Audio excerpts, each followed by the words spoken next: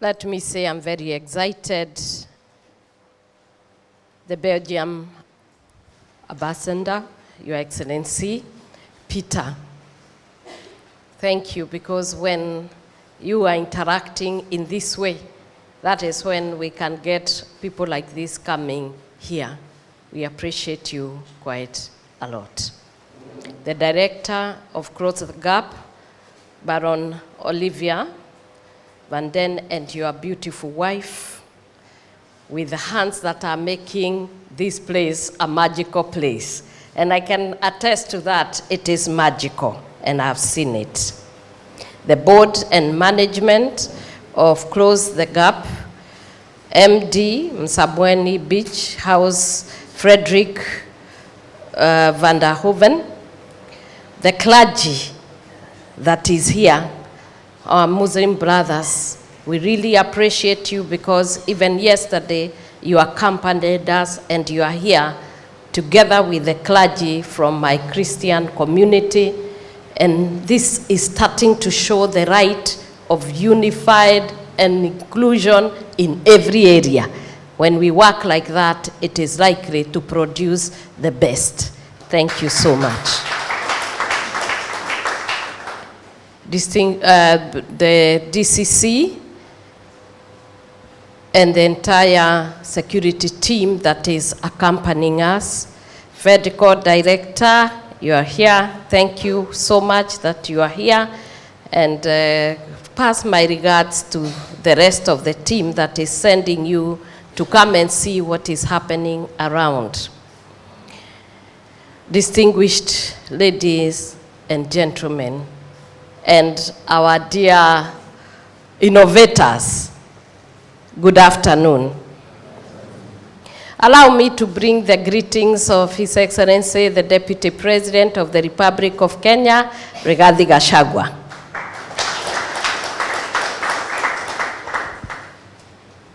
Sheikh can tell you that yesterday when they were there in the evening, he calls to see and to get the report of what I am doing. And I'm doing some work, and I'll make sure that I also post. I wish Elisha was there so that he can post for me, and it can go on the screen and show what I've been doing minute after minute. I'm so very glad to have everyone around here and to have a man who supports me. You can clap for him.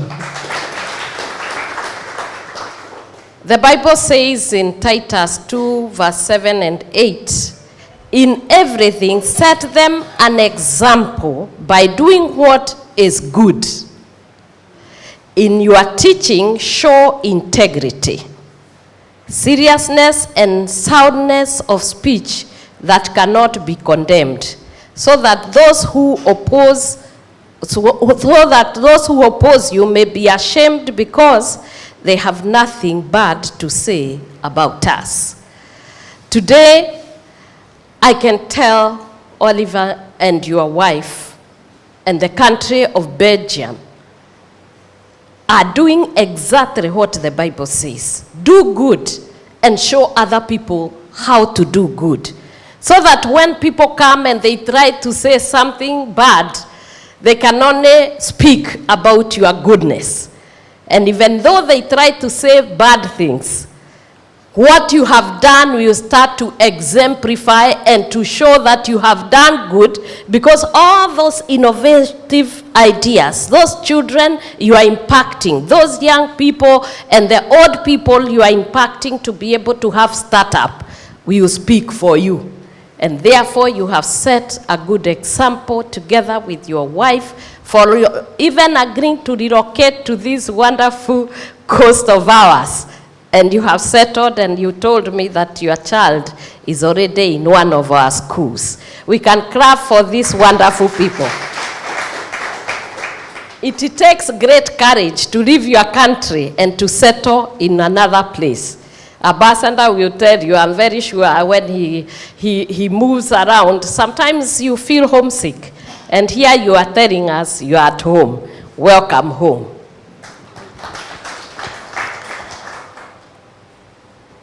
I must also say the showcasing that I have seen around is an indication that something good is happening in Mombasa. It is with great pressure that I extend warm welcome to each one of you once again to Kenya. Your presence in our country is deeply appreciated, and I am aware that many of you have graced our land previously. The Republic of Kenya and Belgium have had a long and cordial and close ties for a long time, and we look forward to strengthening our relationship across sectors and friendship between our two peoples. So karibuni sana once again. Reflecting on our meeting in Brussels last October, I was profoundly impressed by the remarkable strides you have made in transforming the lives of youth through technology and the digital space. This is the future, and the work that you are doing will definitely accord very many young people opportunities to be able to become economically empowered. And we are so grateful that it is happening to the upper class and the lower class. And that's why the cross gap is closing from those who are in formal sector, the middle class, even the higher class. They are all thinking in the same, and they are starting to innovate. They are accorded that opportunity to be able to exercise their brain power and be able to use it to be able to make a living out of it. I have just seen the three that came here. The circular economy by Rocker Bags is something, as I was going there and I was just thinking, if they expanded it just a little bit, what kind of a business enterprise that one can be. And I'm sure, because I can see bigger picture, I will talk to them and we can see how they can expand it and they can become bigger and better. We saw those ones who had the peanut butter, and I was just talking to the girl and I was telling her the kind of gold mine she has. She can mine it deeper and purify it better and be able to make a big enterprise out of it. And she doesn't have to go very far away from Mombasa. What she needs is to go to the neighborhood, to all those kiosks, and I'll ask them to display her wares or her peanut butter, which is blended, the Achievers, I think it was. So they can go, we have hundreds of kiosks. If those kiosks were to stock her peanut butter, even one carton, she will have to open an industry. And this is what we need to speak to our children and to be able to expand their boundary. Now that they have the skill and they have the product, is to see how do we market it so that they can expand and they can become enterprises that will be able to help them and include many others. You have created great opportunities for employment. When I come to Ogutu, and he has talked about struggle to triumph. And I think that is one of the best stories that you can tell. Myself, I come from a background which is obscure. I know how to stay in a ghetto. I know how to stay without food. I know how to stay without clothing. There was a time I would wear a shirt from Monday to Sunday and go to the river, remove it, wash it, and wait for it to dry. That did not stop me from getting where I am. Destinies are not made by our background. They are made by our determination, focus, and hard work. We must work very hard. And you can see as you struggle, What I tell people, the background, pain, and struggle is an opportunity for you to gain true trajectory of life. And that is what has been demonstrated by the people who have given their testimony, using the lemon to make a lemonade. Aligned with the goals of my office and the esteemed government of His Excellency Dr. William Samoei Ruto, there exists a mutual grounds where we can collaborate within the digital space, job creation and empowerment, skills development, and other vital areas concerning the welfare of the boy child. Your familiarity with our country, residing in Mombasa since 2003, speaks volumes about your commendable 2-decade long, I thought it was 5 years, 2-decade long commitment to positively influencing the lives of Kenyans. Ladies and gentlemen, your endeavor in bridging the digital divide, particularly by providing high-quality pre-owned IT devices, have made an incredible mark in education, healthcare, and various social initiatives in our nation. We commend and appreciate the significant impact that you are making today, not only with the youth, but also with our schools and the universities. Moreover, the establishment of the hub stands as a testament to your commitment. These initiatives will significantly support the Kenya Kwanza government by nurturing our local young entrepreneurs through coaching, workspaces, innovation, and creation. Bolstering the youth stands as a crucial pillar for the Kenya Kwanza government, resonating deeply with the endeavors my office is having, where we have dedicated ourselves to uplifting and dignifying the vulnerable populations. I'm particularly impressed by the forthcoming program focused on vocational training in waste management and ICT. This aligns harmoniously with the ongoing efforts of my office in championing it across the nation. It is very important that this e-waste is not everywhere and destroying our environment. We are going and trying to green everywhere, and one of the efforts you are doing is going to help us be able to do exactly that. That is one of the climate action, and I must commend you for it.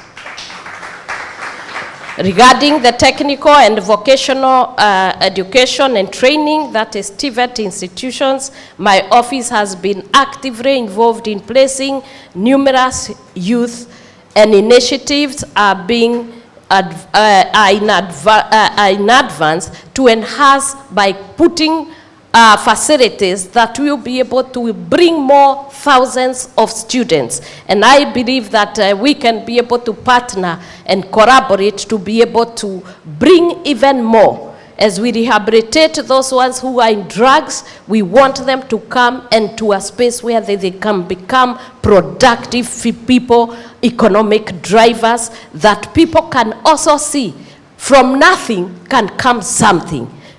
From e-waste, you bring computers that are revolutionizing the way of doing things.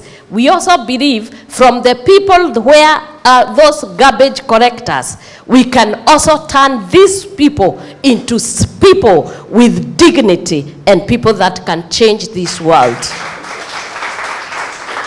The background of those 3 people who are here, where they struggled so very much, did not affect their intelligence. These are intelligent beings. Given opportunity like you have done, they will turn the world upside down.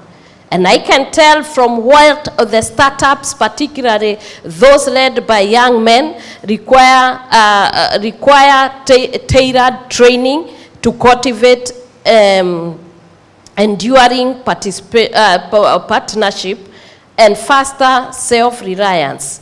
Such empowerment will pave way for the holistic integration into the society as thriving contributors to our economy. While I stand here, many of you, you have seen me going around, and my work is to make sure the boy child is not relegated to oblivion. We want a boy child that is able to be brought back to validate their dreams and to expand their destiny. And when I see what you are doing with the youth here, with the boy children, and even the girl child, I know many people are wondering, why the boy child? The boy child, because the affirmative action has been done for the girl child for a very long time. And in doing that, we pushed away the boy child and neglected them. And in their frustration, they are in numbers, frustrated, unemployed, and they are in the gutter, and we want to turn things around for them like you are doing, so that they can position themselves and become contributors to the economy. So in conclusion, ladies and gentlemen, allow me to highlight some other key programs championed by my office, and these include the boy child, which I have just said. I also deal with the widows and the orphans and the person who are living with disabilities. Our vision is grounded in chaplaincy, outreach, and family values, which have now birthed impactful projects dedicated to those who are vulnerable in our society. For any society that neglects its vulnerable population is a society that is heading to doom, because we have many widows in this country, we have many people with disabilities in this country, we have widows and we have orphans. Their population is high, and what is being produced is what you are taking care of. So I am so excited to be here today and to be invited to see areas of collaboration and partnership. I'm looking forward, Olivier, and your wife and the country of Belgium to a good relationship, so that we can be able to uplift and dignify the lives of many. God bless you.